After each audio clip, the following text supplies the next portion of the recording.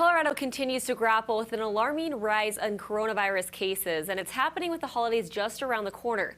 Joining me now is CBS 4 medical editor Dr. Dave Hnida. And Dr. Dave, the governor is urging Coloradans to spend the holidays with the people in their immediate household only. What is your advice for how to celebrate safely? Well, you probably need to spend Thanksgiving with your immediate household. But frankly, we understand that, in a perfect world, that's the way it would be. But life is life. And so nobody's trying to take Thanksgiving out of the year. It's been a bad enough year. And we know that households are going to be interacting. People are going to want to get together with friends. They're going to have other households come in. They're going to have kids coming home from college, so on and so forth. So how do you make that as safe as possible? One of the things that has been tossed around is the idea of quarantining for 14 days before Thanksgiving. Well, we've already passed that 14-day mark as Thanksgiving approaches. But, even if you would self-quarantine and limit your contacts even 7 days before Thanksgiving, each day is important. 7 days, for example, is better than 0 days. So if you can limit your exposures to the outside world, I think that really is kind of a key in terms of adding an extra layer of safety to getting together with others. And another thing that's come up is the concept of testing before you visit. And this is especially important when it comes to people who are traveling from elsewhere, or if you are traveling from elsewhere. Should you test? Should you test before? Should you test during? Should you test after your trip? And the answer is probably before is a good idea for sure. And in terms of timing, that gets a little bit dicey because you really want to have that testing done as close to your trip as possible. And with there being a lot of questions about when will you get a test result back, you've got to kind of figure out a little bit of a lead-in time before you get that test done and when you are leaving. Now, it's really important to note that just getting a rapid test before you travel is probably not going to give you a good measure of what's going on at the time. Rapid tests really are not the most accurate tests in the world. So if you are going to get a test done, it should be that so-called PCR test. And once again, as close a result to the time you travel as possible. And then after your trip, you have no symptoms, but yet you still should consider testing, and that testing should take place probably at about 5 days after you return from your trip, maybe 7 days after you return from your trip. I think the bottom line picture as you look at this is you and all of us as households need to do what we call an individual risk assessment, really making wise choices based on what our individual situations are. Do we have elderly seniors that are visiting with us? Are we getting together with people who have risk factors for severe illness if they would get COVID? And so we need to kind of keep those factors in mind. But I think the general rules would be along the lines of you keep your gathering small, you keep it short, you do practice things like social distancing, you should mask if you have outsiders coming into your home, masking when you're not eating, obviously. You try to ventilate your house well. You try to take the precautions that you can in order to enjoy your holiday, but yet make it a safe holiday. Great, that was a lot of wonderful information. So moving on to the state says 1 million Coloradans have signed up for that COVID notification app. Why are contact tracing apps such an important part of fighting the virus?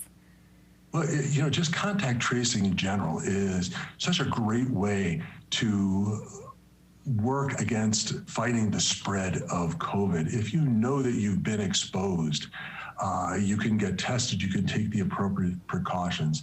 And the best way to do that is actually just a person-to-person type of contact tracing. But right now, the case levels are so high, it's estimated that the state is only able to get in touch with maybe 1/3 or 1/2 of people who have had exposures and have the ability to be contact traced, so to speak. So that's where the app comes in.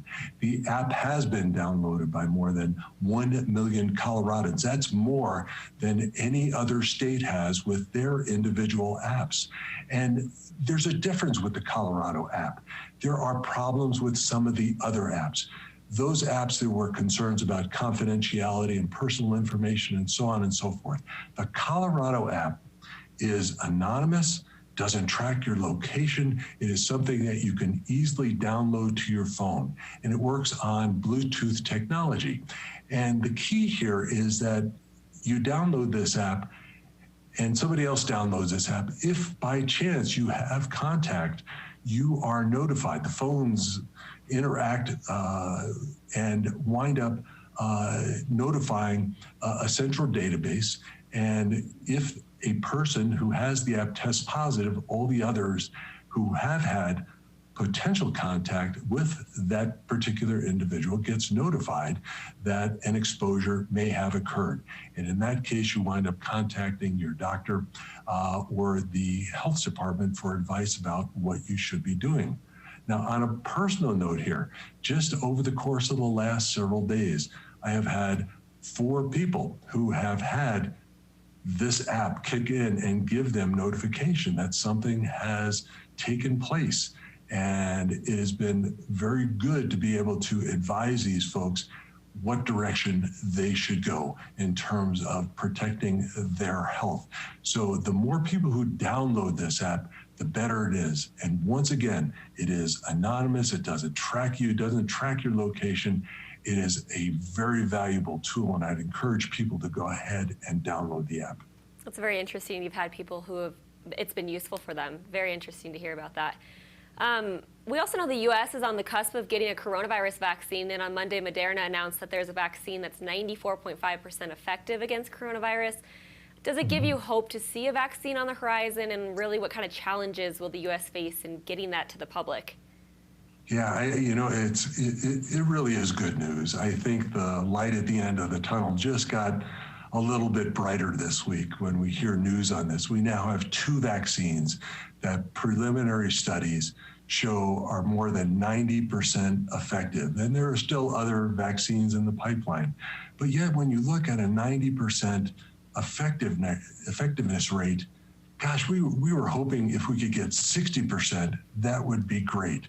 So to hear 90%, even though it is preliminary, it is really encouraging that there is a road to getting back to a sense of normalcy. Now, certainly, you're right. There are going to be challenges with this.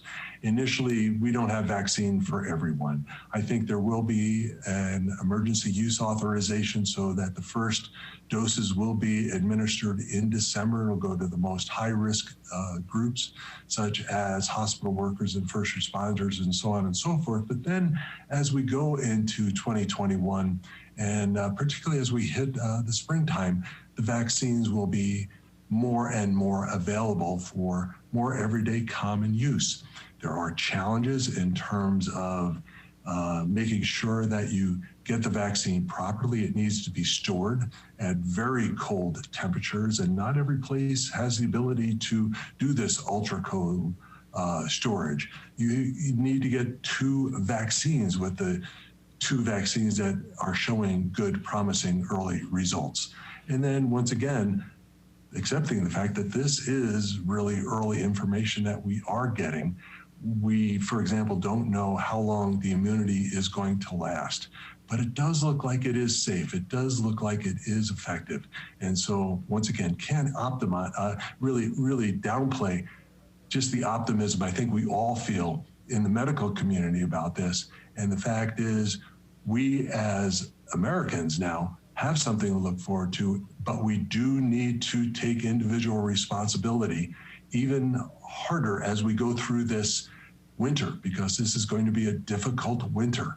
So we do need to practice our hygiene. We do need to practice our social distancing. We do need to practice our masking.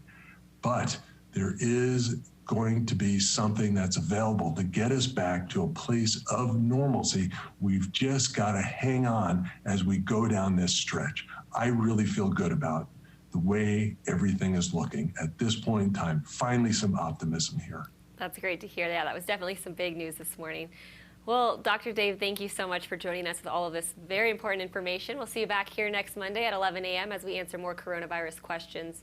And to see all of our Q&A with Dr. Dave segments, you can head over to cbsdenver.com. We'll be right back.